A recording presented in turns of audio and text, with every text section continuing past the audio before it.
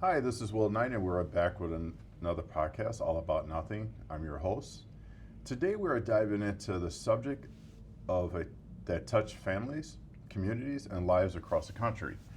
Our subject for today is substance abuse and the complications that comes with it. And my guest today is... Hi, I'm Jen Comerford. Thanks so much for having me. No problem, Jen. So tell everybody what's your little bit of background before we get started. Yeah. So I am an LCSW by background. I've been working in the behavioral health space for a little over 25 years. Most of that time has been with co-occurring substance use disorder. I'm the Chief Behavioral Health Officer here at Howard Brown Health. Okay. And we'd like to thank Howard Brown Health for having us. So let's get started. From your clinical experience, what is the early signs of someone slipping into substance abuse? Usually the first thing you'll notice is a profound change in behavior, right? And so things that used to be really important to them are significantly less important to them. They maybe start to distance themselves from people that they've always been very close with. There's often changes to personality, so they might have more apathy or irritability or quick to anger when they previously were maybe easygoing in the past. So mood swings are often something that you'll see as well. But usually it's characterized by a profound change in either behavior or personality. Okay. Could this also, so we're not talking about bipolar, we're talking about substance abuse. Right, yes, exactly. Yeah, so if you think about it, substances will change the way that somebody interacts in general, right? So for some people, it makes them more boisterous in their personality. For some people, it makes them more laid back in their personality. But substances in general change the way that we act, behaviorally speaking. Okay. Why do people often turn to substance abuse, like cocaine, crack, other substances like pills? Yeah. So addiction's sort of a bizarre disorder, right? So like it's characterized, we have this idea of what an addict is, right? People picture the addict living on a bridge under a street, right? Or on the south side, like nodding out on the street.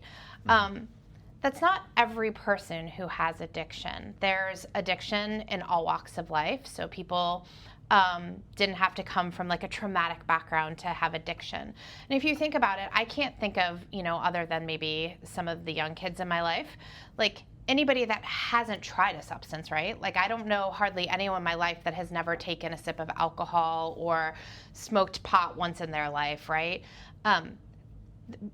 For reasons that we don't quite totally understand, it's probably some mix of genetics, what they call luck of the draw principle in terms of resiliency. People get addicted biologically, genetically, for different reasons, right? So it is very developmentally appropriate for most of us to be curious about certain substances. Now, that doesn't mean that everybody's out trying heroin or crack, for example, right? Right. But often that's not how people start to get addicted. Most people start with a gateway drug. I hate to be cliche from there in the 80s, but there's truth to that, right? Like most people try alcohol first, or they try marijuana first, right? Those are both socially acceptable and primarily both legal now, right? And so most people, that's where their addiction starts, is sort of that legal pathway that developmentally everybody sort of tries in their life. Now, there are some people that would tell you from the very first time they took a sip of alcohol, they were an alcoholic, right? So I'm listening actually to Jodie Sweetin's book right now, which she was on Full House in the 80s. And that's what she talked about. When she was 14, she went to a wedding, and the very first time she tried alcohol, she got drunk, and she was an alcoholic from that point on. Really? And she can now look back and see that, right? But not everybody can see that. And also that is, they say hindsight is 20/20 for a reason, right? We don't all have that insight into our lives. And so I don't think that anybody is becoming an addict because they're specifically trying to numb or escape anything primarily. I think a set of circumstances lead us to become an addict, and once that addiction takes hold, it feels near impossible to try to control. And so addiction's sort of this, I feel like it's important for me to sort of dispel the idea that like people become an addict because they're trying to like control an escape or numbing or past trauma. those reasons exist too, don't get me wrong, but that's not the primary pathway for somebody to become an addict. I think we need to normalize the path of becoming an addict in terms of everybody sort of takes a similar developmental pathway, but not everybody has the same biological, psychological, social response to substances across the board. There's something genetic about that or resiliency based about that. Does that make sense? It makes perfectly good sense. How does addiction begin to change the way a person views themselves? So it's interesting. So like the way that we view addiction in our society is as a moral failing, right? So again, when we think about addicts, we think about that addict that's shooting heroin under a bridge on the street, right? And if they just wanted to badly enough, they could not be an addict, right? And so I think that it's hard because that view of addiction exists in our culture. People start to take that view of themselves, that they deserve what is happening to them, that they are contributing.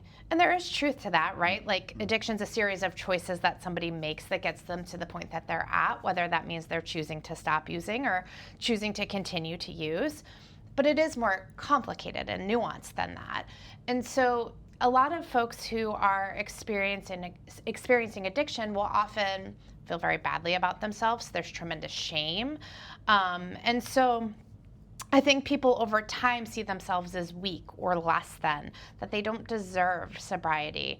And what would happen if they tried to quit and couldn't? What does that mean about them? Interesting. What are some of the most alarming or, let's say, dangerous moments we see in patients who are deep into addiction? I think it's that moment where apathy completely takes over and they like have this profound like loss of judgment, where like the overwhelming urge to seek or the overwhelming urge to have compulsion to use takes over like all other importance in life, right? And so that's where you see the most alarming behavior. That's where you see somebody that really sort of gives up on life and addiction takes over.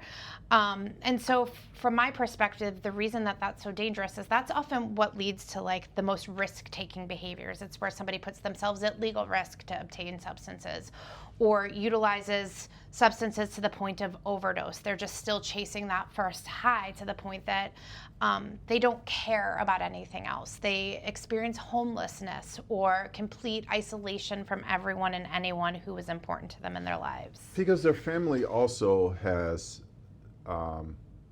struggle or stress with this as well.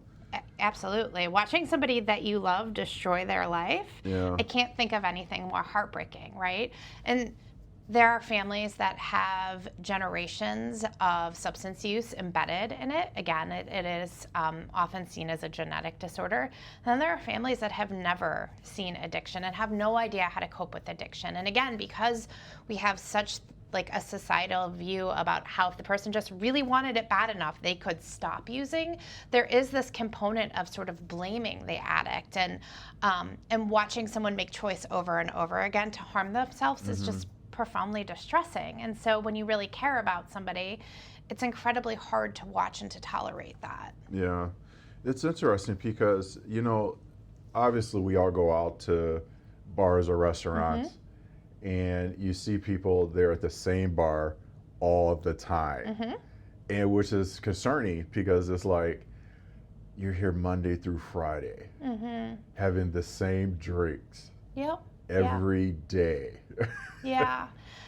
And so it's actually really interesting when I think about substance use. So for the record, I know we're going to get to conversation about like stopping using and whatnot, but the only two substances you can die from in withdrawal really are alcohol and benzodiazepines. Two legal substances, by the way, right? Alcohol is legal and benzodiazepines are prescribed medications, right? That are often misused because they're highly addictive. There is a place for them in psychiatry, don't get me wrong. And absolutely, they're often abused. And so people who are withdrawing from alcohol and benzodiazepines can experience DTs, seizures. They can pass away from it. It has to be medically detoxed, typically speaking. heroin, for example. People picture, when they picture withdrawal, they picture a heroin addict, Right. laying in a corner, sweating, throwing up. That dope sickness is a lot of the reason that when people are on opiates, they have a really hard time quitting, because it's that fear of getting dope sick. They're doing everything to avoid feeling dope sick. They probably feel like they are going to die, but at the end of the 3-day period, typically speaking, they're going to not be in withdrawal anymore, and they'll really be okay. Same thing with like cocaine, meth, etc. And so for me, it's really interesting, like as we think about the world that we exist in, that the two legal substances are actually the two that will kill you if you withdraw on your own from them. And I know I've digressed a little bit from your initial question of like the person sitting in the bar, right? But the reason that I say that is because alcohol is actually profoundly toxic. And let me be clear, I'm not in recovery. So I still have a glass of wine with friends or at dinner, what have you. But I am a fortunate person who I've never been addicted that way. And for me, social use, like having a glass of wine at dinner with my friends, isn't a problem for me. But for others, it profoundly is. And so much, and I can speak a little bit more about like the gay community, which I am a part of.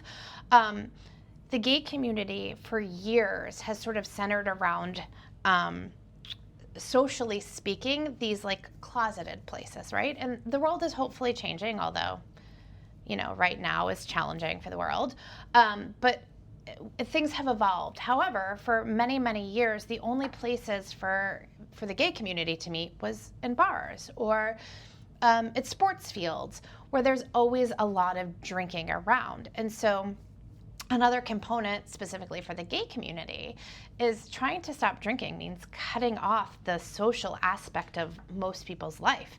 And then you think about loneliness and isolation, and those are huge triggers for substance use as well. So it becomes sort of this pervasive pattern that people get really stuck in. The thing to do is to go out and to drink and to meet at a bar. And that's what socially happens quite a bit. And so when trying to find recovery, it is about replacement of that, right? And so there's a need to replace that social experience with a more sober social experience, which is harder to find at times. But it's a legitimate concern. That is what people do. They go to a bar, they meet, they have drinks. You have drinks at dinner. That's very normal, very common. And it is hard because as somebody myself who does not struggle with addiction, fortunately, I can go out and I can have a glass of wine. I don't have to finish that glass of wine. I can have two and I can walk out of the room and not feel bad that I've left half a glass of wine sitting at the table. I know other people that are not like that. They're like, wait, we haven't finished the bottle of wine yet. And I'm like, okay, but like, aren't you ready to go home? Like, it's fine. Yes. I have to go to work the next day. Right, yeah. Like, I'm about to be like 48 years old and I get headaches when I drink red wine. It's like not pleasant for me anymore to experience those things, right? And so I am fortunately somebody who's able to do that socially. Not everybody is, but it doesn't mean that the social circumstances change just because that person doesn't have the capability to like stop themselves from participating in the same way as everyone else. Does that make sense? It does. It makes a lot of sense. How does substance abuse typically impact a person's close relationship with their family? Yeah, so it's hard, right? So again, for those families that have, pervasive substance use, sometimes what that looks like is they start using with their family very young, which is a tragic, terrible situation, because there's so much openness about the substance use in the family. That's not most people's experience, but it does happen, right? For most people, what ends up happening is the family at first tries to like jump in and like save them, right? Like, how do we save this person from themselves? The truth is you cannot save somebody from themselves. They have to want to save themselves. Typically what it looks like is families going through the same process of recovery, and throughout that process it will look different, it will change, it will evolve. There's a lot of heartache and sadness, and again, like that jumping in, trying to have the interventions, trying to take them to rehab, trying to take them to recovery meetings, and then realizing that when you are working harder than the client, which is how we view it from a social work lens, it doesn't work, right? The person that is needing to be in recovery needs to want to work harder for themselves than for anybody else. And so what we often counsel families to do is set really clear boundaries. that is how you keep yourself safe and as healthy as possible while watching sort of this destructive process take place. Is it a term, on TV, on movies and things like that, we always hear the term rock bottom. The person has to hit rock bottom before they want to come back up. Is that, in your clinical experience, that is a real thing. But you can hit rock bottom 27 times, and every bottom's a little bit different, and not every bottom has the same sort of experience of wanting to change. And I worked with this gentleman a really long time ago, and he had the number 27 tattooed to his arm. And so I was asking him about it, and he had been to recovery 26 times. He had not succeeded in recovery those 26 times.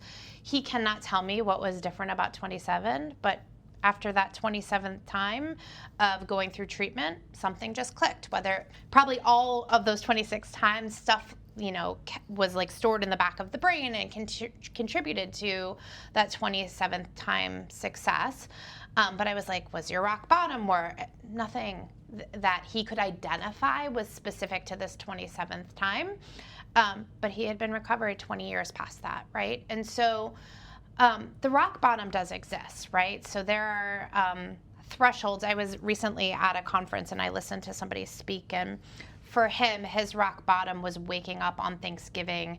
He was living in California on a beach, homeless, and hadn't even realized it was Thanksgiving. And it was the first year he was missing Thanksgiving with his family. And for him, it was this moment of, not only did I not even know it was Thanksgiving, how did I get to this place where I'm homeless, sleeping on the beach overnight and have no idea, it's a massive holiday. Yeah. And so for him, that was his moment. And he has since changed his life pervasively. For other people, they hit a different rock bottom, the same rock bottom multiple times. And it doesn't mean they don't go into, an attempt at recovery, but relapse is part of recovery. And so understanding that component is, for some people, there's a relapse that's required multiple times. For some people, you have to hit rock bottom multiple times. And at the end of the day, it might not be what actually drives you to success and long-term recovery. Yeah. What do people struggle with addiction that are often misunderstood when they're trying to either disconnect or reconnect with their family? Yeah, so I think that, all people that use are sort of different, right? People disconnect from loved ones while in their addiction for lots of reasons. One, it's really hard to be around the people you love and constantly lie to them, right? And so addiction, I would say some of the behaviors that develop in addiction, so manipulation, lying, those are survival skills of the subculture of addiction, right? It doesn't mean that somebody likes lying or manipulating their family members or any of the other things that they have to do to survive their addiction. And so for them, oftentimes there's this need to sort of disconnect because it makes them feel worse about themselves to be around people that can reflect back to them how their life used to be different, right? So when an addict goes home and sees pictures of their childhood and holding up their baseball trophy and just a very different, cleaner version of themselves, having that reflected back at a time where they're really struggling pervasively of addiction can be really challenging. And so sometimes there's a need to disconnect just out of pure survival for their current life circumstances. But is that answering your question? Oh yeah, definitely, definitely. What are some of the emotions and traumas that deals with addiction for individuals who want to suppress a death in their family, or death of a loved one, a boyfriend, girlfriend, wife, sister, mother? Yeah. So this one's kind of hard to answer, right? Because I think there's many reasons that addiction develops. Sometimes it's as a result of a traumatic experience and somebody doesn't intend to create an addiction, but that addiction comes sort of naturally from how they're choosing to cope. Another way to think about addiction is that it's a really maladaptive coping skill, right? And so at some point somebody learned along the way, hey, if I just drink till blackout, I don't actually have to feel the yucky feelings that I'm feeling. And for a little while, that actually works for them, right? And because alcohol, for example, is socially acceptable, and most people in their 20s have hangovers, and that becomes socially acceptable, there is a component that it doesn't start as this need to cope with, or it starts as the need of wanting to maybe cope, but turns into something that they can no longer control. And so the way that I often think about substance use in general is it's like this maladaptive coping skill. Like, it used to be a coping skill, and it used to work, and it replaced all other coping skills that the person may or may not have had. And now they don't know how to do anything different, right? And so alcohol stops working, so then they go to weed, and weed stops working, so they go to cocaine or they go to heroin, right? And so it's always sort of upping the ante of like, how do I get back to that place of feeling numb or not feeling, or just not feeling as bad about myself. So I think it's becomes less about whatever that trauma was, or less about what they're trying to numb, and then becomes more about how addiction just takes over every facet of life, biologically, psychologically, and socially speaking. Interesting. So this is really thought-provoking conversation we're having. Yeah. And I hope our audience is enjoying this conversation as well, or if they're having someone who's struggling, they can seek help. Of course, please. And there are programs for family members who are struggling with somebody in their life who has addiction. The whole family system struggles when there is addiction. So I would highly encourage anybody that has a family member to seek help. There are places for help, whether that's with therapy or AA has a family component, NA has a family component that's not for the person that's the addict themselves, but for their family members, and how to just manage all of the challenge that comes with having a family member that you're watching really struggle in their life. To clarify, what is AA and NA? Yeah, so Alcoholics Anonymous, Narcotics Anonymous, there's Crystal Meth Anonymous. There, for every sort of like drug of choice, there is an Anonymous, which is the 12-step program that's often talked about as like the big book, or it's an abstinence-only process or approach to recovery in general. Okay. And so there are multiple different venues and I know another topic is going to be around the recovery, so we can talk more about that then. But there's multiple approaches to recovery, and everyone feels very different about all of those approaches. And often what I say is like, there isn't a right way or a wrong way to do recovery. Just like I'm saying, some of these questions are hard to answer about like addiction in general. Addiction is a very personal process. It's a very individualized process. And there are things that we know work, right? As folks who treat addiction, there are definitely things that we know that work. But those things don't work the same for every single person who is in recovery or in treatment. So it is typically finding that very individualized plan that works for that person in general over time. Okay. So we're going to move on. What are some of the lies and distortions addictions create in a person's mind? About themselves or... Yeah, so I think what I most often hear addicts talk about is this feeling of like, because they've done this to themselves, and I'm using air quotes that nobody can see right now, because they've done this to themselves, they don't deserve a sober life. They deserve what they've created, which often by the time somebody is seeking treatment, they have hit some version of a rock bottom, which looks like having distanced themselves from most of their really good friends and families. Sometimes that is homelessness. Sometimes that's loss of job or income or prestige associated with those things.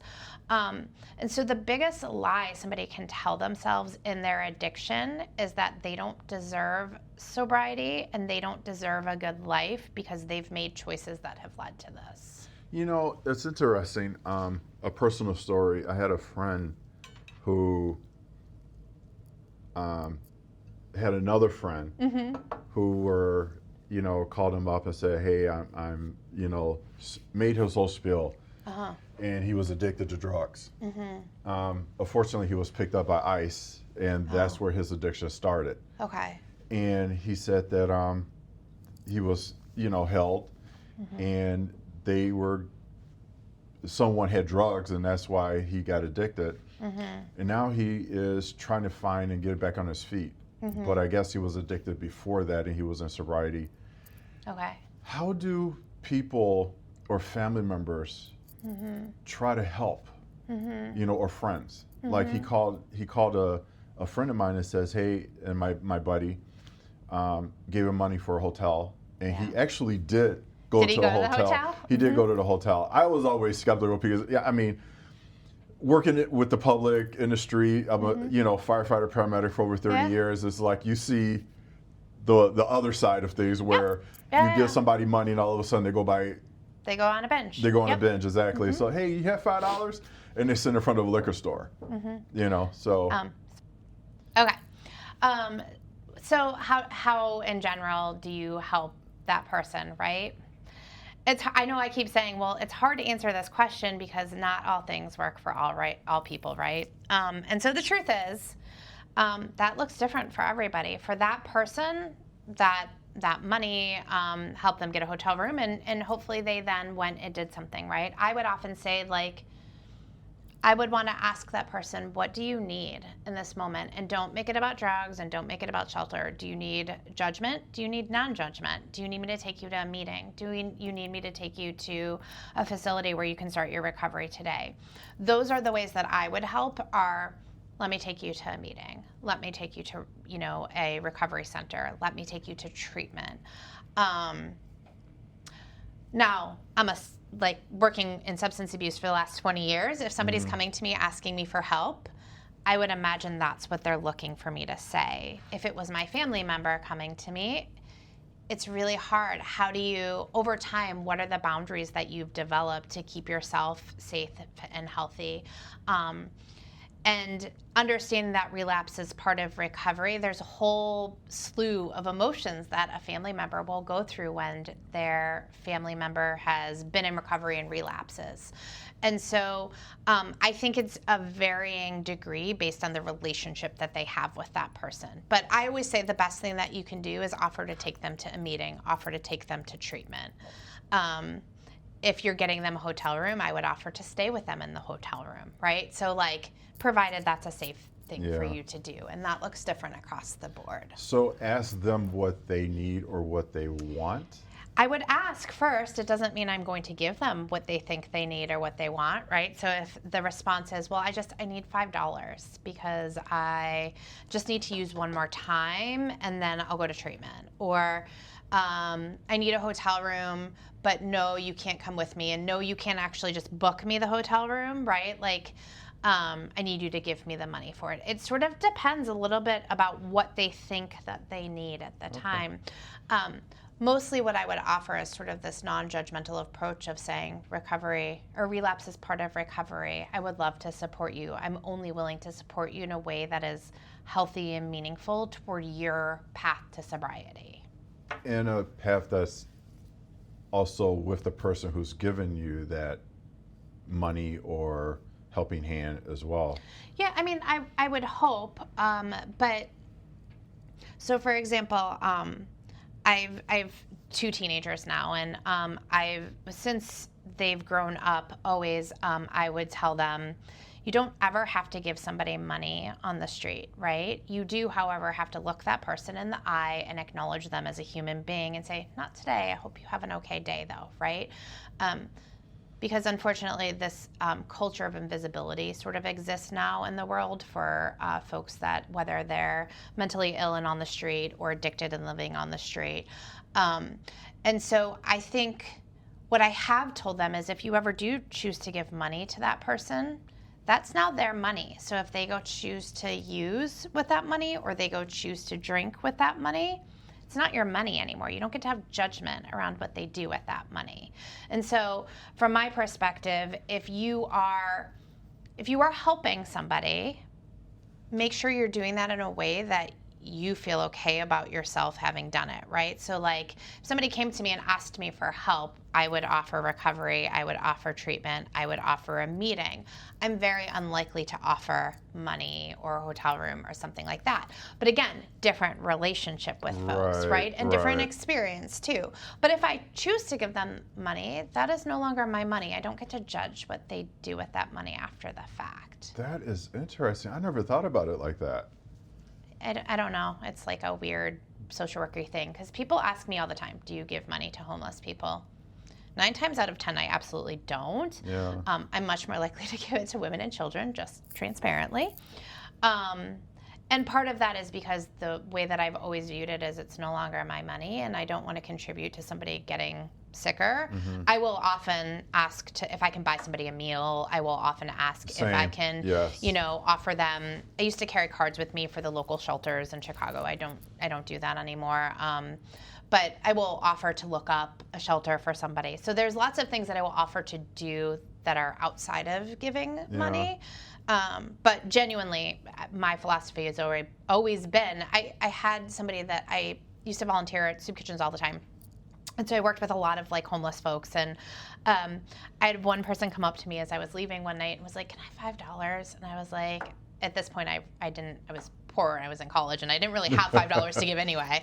But it was somebody I'd been working with for a long time. He's like, I'm just going to be real honest. I really need to go get a drink. Right? And I was like, it was this moment that I was like, it's not my judgment to say what you do with money after I give it to you. Actually, I appreciate the honesty of what you're saying and what you need. I still don't have the $5 to give to you, so I'm not going to give it to you.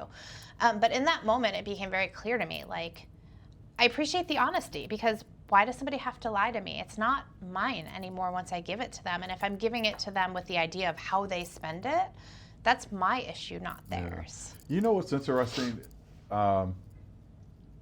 I worked with another firefighter paramedic, and I had no idea that he was actually doing this. Okay. And he used to go to McDonald's or Subway, and he would get whatever a Happy Meal costs with tax, or wherever a Subway sandwich, like a footlong, would cost with tax, a soda and a chip.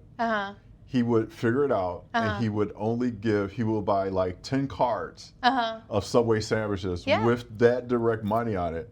And he goes, and he passed them out to homeless people, or when people ask him, he goes, no, but you go to Subway, and this is good for a footlong, any footlong you want, a bag of chips and a soda. And literally, he was passing them out, and I was floored. A lot of people were like shocked that he was actually doing this. Because we all thought he was mean. We all thought he was like a grumpy bear. Poor guy. I know, but it was just like, it changed my whole perspective. I mean, so again, the idea of how we view, whether it's folks that are struggling with addiction or mental illness, or I could go on a very large soapbox about deinstitutionalization in the 70s and how it created a homeless population, right? Like that's essentially what we did. We took folks that, and I don't believe in institutionalizing people, but also that money was never given to the community, which was what was supposed to happen, right? And so all we did was create a very mentally ill population that now lives on the street, unfortunately. And but because of that, there's this view of whether it's mental illness or addiction of that person that's living on the street, right? They still have the same basic needs. They're still hungry. They still get cold.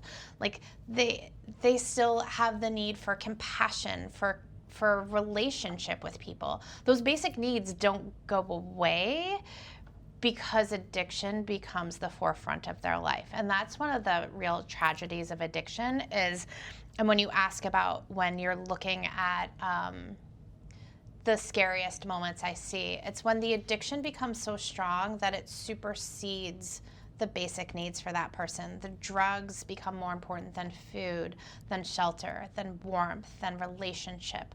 When those basic needs are less important than the pull that drugs have on their life, that's what's scariest to me, because that's when people make really bad, tragic decisions for themselves. Okay. So we're going to wrap this up with one last question. Sure. Why is the ideal of getting sober so frightening to so many people who are still using? I know, thought-provoking question. It is. And what's hard about it is some of it's fear. Some of it is lack of feeling competent to do so.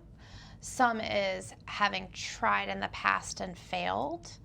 And so when I think of what drives that person to continue to use in the face of knowing they should quit, it's understanding that the body is biologically addicted, right? And so your body is telling you constantly it needs this drug to survive. It's also psychologically addicted. So there's PET scans that will show that a brain stop-go function in the is limited after using substances. The brain will make a decision to use before the person has consciously thought through the full question of whether they want to use again. And then socially speaking, to all those things we talked about earlier with regard to like isolation and social circles having to change. When all of your world revolves biologically, psychologically, and socially around that substance, it's more than fear that keeps you in addiction. Of course, fear can be part of it, right? But it's having tried and failed. It's feeling like you can't do it in the first place. And then that fear part is what happens when I try and I do fail? What does that mean about me? Do I deserve to continue to live? Do I deserve everything that I've brought on myself? What does that say about me as a human being and the value that I bring to this world? It's a much more intense sort of like philosophical thought than probably it feels like on the surface, if that makes sense. It makes a lot of sense. So where are we at right now? Let's tell the audience. Like the actual physical space? Yes. So we are sitting in my office on Halsted Street in the middle of Boys Town. In Howard Brown. At Howard Brown, yeah. Sorry. At Howard Brown, sorry. Yes. And Howard Brown Medical Facility, or this facility, help people with their... Yeah, so we're a federally qualified health center. We provide primary care services, behavioral health services, dental services, recovery services to the broader population. Our focus is on the LGBT queer community in general, but we certainly service folks that are outside of that community. We really look at ourselves as a destination for anybody who's looking for good care. Our population varies. We have a good half of our medical population is commercially based. Our behavioral and our dental population is a little bit more focused on sort of a Medicaid population or self-pay. But in general, we see folks from all walks of life.